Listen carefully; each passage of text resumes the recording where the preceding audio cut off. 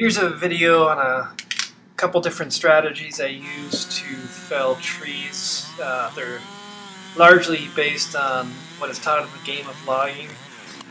In this first example, I am taking a tree that's leaning in one direction and essentially putting it in another direction. This is largely done by the placement of my notch in relation to the natural lean of the tree. Once the notch is cut, the saw is plunged through the tree and backed almost to the back side of the tree, leaving what's called the trigger wood. Anywhere from 1 to 3 or more wedges are pounded in the sides of the tree until it's secure, and then the trigger is released by cutting as I do here.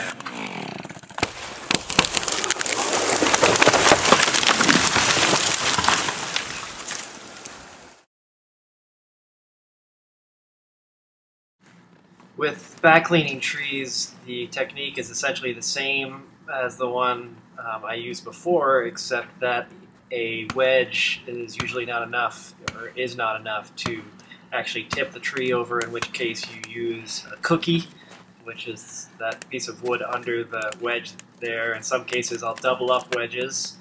In this case it's unnecessary. That also works, except it's not quite as secure as a cookie. They sometimes pop out. There's a view of the stump with the cookie placed in it. This is my basic setup for logging. You know, I got a pounder, logger's tape, and 3 wedges. And severely back-leaning trees, it is certainly possible to tip them with the use of cookies and just pounding the heck out of them.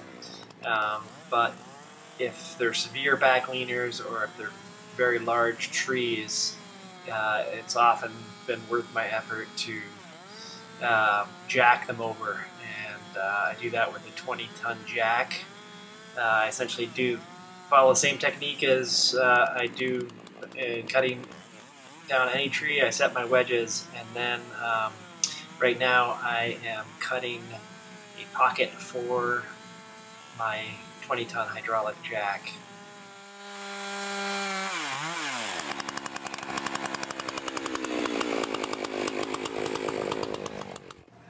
When the pocket is cut, I put my jack in the hole and just start jacking the tree.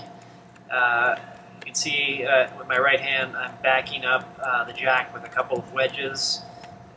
This is a safety measure in case the tree were to tip back on you. You have those wedges kind of backing up the jack.